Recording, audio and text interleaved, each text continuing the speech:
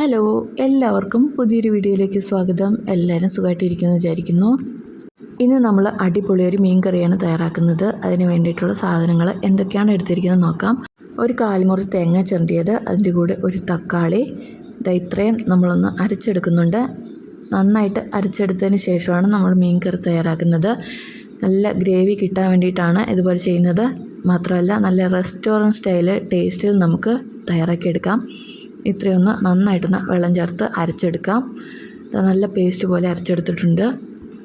ഇനി എങ്ങനെയാണ് കറി തയ്യാറാക്കുന്നത് നോക്കാം. ചട്ടി അടുപ്പത്ത് വെച്ച് കൊടുത്ത് അതിൽ വെള്ളമെല്ലാം നന്നായിട്ടൊന്ന് പറ്റി വന്നതിന് ശേഷം വെളിച്ചെണ്ണ ചേർത്ത് കൊടുക്കാം.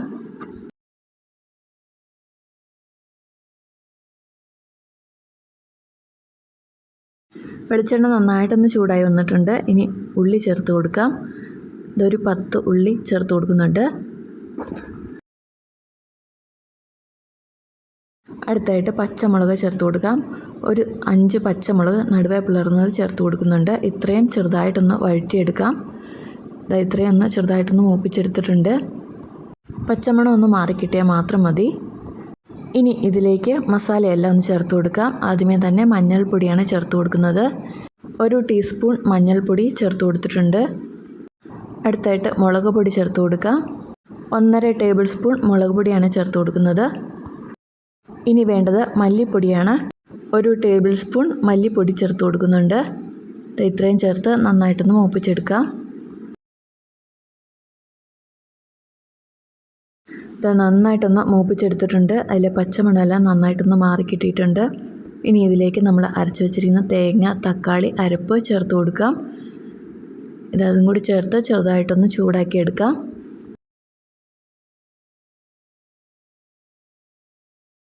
നമ്മുടെ ഗ്രേവിക്കുള്ളതെല്ലാം നമ്മൾ ചേർത്ത് കൊടുത്തിട്ടുണ്ട്. ഇനി അത് ചെറുതായിട്ടൊന്ന് ചൂടാക്കിയെടുക്കാം. പച്ച ചുവയൊന്ന് മാറിക്കിട്ടോളും അതും കൂടി ഒന്ന് ചൂടാക്കി എടുക്കുന്നുണ്ട്. അടുത്തായിട്ട് ഉപ്പാണ് ചേർത്ത് കൊടുക്കുന്നത്. കല്ലുപ്പാണ് ചേർത്ത് കൊടുക്കുന്നത്. അടുത്തായിട്ട് ഇഞ്ചി വെളുത്തുള്ളി അരച്ചത് ചേർത്ത് കൊടുക്കാം. 1 ടീസ്പൂൺ ഇഞ്ചി വെളുത്തുള്ളി അരച്ചതും കൂടി ചേർത്ത് കൊടുക്കുന്നുണ്ട്.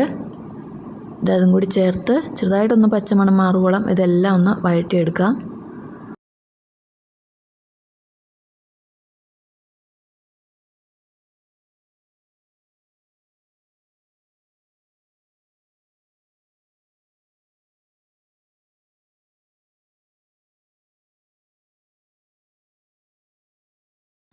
എല്ലാം നല്ലപോലെ പച്ചമണം മാറിയൊന്ന് കിട്ടിയിട്ടുണ്ട്.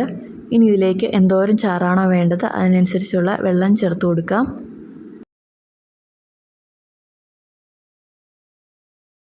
കറിക്ക് എന്തോരം വേണോ അത്രയും വെള്ളം നമ്മൾ ചേർത്ത് കൊടുത്തിട്ടുണ്ട്. നന്നായിട്ടൊന്ന് മിക്സ് ചെയ്ത് കൊടുത്തിട്ടുണ്ട്. പുളിക്ക് ആവശ്യമുള്ള അത്രയും കുടംപുളി ഒന്ന് ചേർത്ത് കൊടുക്കാം. 2 കുടംപുളി ചേർത്ത് കൊടുക്കുന്നുണ്ട്. ഇനി ഇതിലേക്ക് കുറച്ച് കറിവേപ്പില ചേർത്ത് കൊടുക്കാം.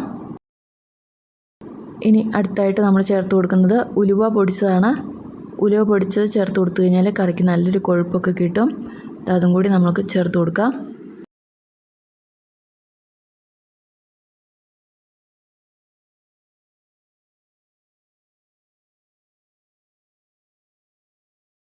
നന്നായിട്ട് ഒന്നുകൂടി ഒന്ന് മിക്സ് ചെയ്തെടുത്തിട്ടുണ്ട്. ഇനി ഇതിലേക്ക് കഷ്ണങ്ങളാക്കി വെച്ചിരിക്കുന്ന മത്തിയാണ് നമ്മളിപ്പോൾ ചേർത്ത് കൊടുക്കുന്നത്. അതെല്ലാം ഒന്ന് ചേർത്ത് കൊടുക്കാം.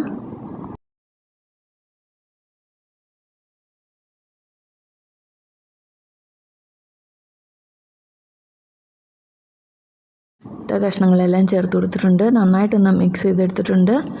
ഇനി ഈ കറിയിൽ ഒന്നും ചേർത്ത് കൊടുക്കാനില്ല. ഇത് നന്നായിട്ടൊന്ന് തിളച്ച് കഷ്ണങ്ങളെല്ലാം ഒന്ന് വെന്താൽ മാത്രം മതി. മൂടി വെച്ച് നമുക്ക് നന്നായിട്ട് ഇതൊന്ന് തിളപ്പിച്ചെടുക്കാം. കറി നന്നായിട്ടൊന്ന് തിളച്ച് വന്നിട്ടുണ്ട്. ഇനി കഷ്ണങ്ങളെല്ലാം ഒന്ന് വെന്താൽ മാത്രം മതി. നമ്മുടെ അടിപൊളി മീൻകറി അങ്ങനെ റെഡി ആയിട്ടുണ്ട്. വളരെ പെട്ടെന്ന് ഇതിലും ടേസ്റ്റിൽ നമുക്ക് മീൻകറി വെക്കാൻ പറ്റത്തില്ല. അത്രയും ടേസ്റ്റിലാണ് ഉണ്ടാക്കിയിരിക്കുന്നത്. നല്ല കൊഴുപ്പോട് കൂടി ചാറുകൂടിയാണ്. ഏറ്റവും ലാസ്റ്റായിട്ട് ഇതൊന്ന് ചുറ്റിച്ച് കൊടുക്കാം. നമ്മൾ ഇത്രേ പറ്റിച്ചെടുക്കുന്നുള്ളൂ. നമുക്കിനി തീ ഓഫ് ചെയ്യാം. തീ ഓഫ് ചെയ്തതിന് ശേഷം ഏറ്റവും ലാസ്റ്റായിട്ട് കുറച്ച് പച്ച വെളിച്ചെണ്ണ കൂടി ഒഴിച്ചാൽ മതി. തീ ഓഫ് ചെയ്തിട്ടുണ്ട്. ഇനി 1 ടീസ്പൂൺ പച്ച വെളിച്ചെണ്ണ കൂടി ചേർത്ത് കൊടുക്കാം. ഇതും കൂടി ചേർത്ത് കഴിഞ്ഞാൽ നമ്മുടെ അടിപൊളി മീൻ കറി അങ്ങനെ റെഡി ആയിട്ടുണ്ട്. നല്ല ടേസ്റ്റിയാണ്. എല്ലാവരും ഒന്ന് ട്രൈ ചെയ്ത് നോക്കുക, എല്ലാവർക്കും ഇഷ്ടപ്പെടും. അപ്പോൾ നമുക്ക് വീണ്ടും പുതിയൊരു വീഡിയോ ആയിട്ട് കാണാം. അതുവരെ എല്ലാവർക്കും ബൈ.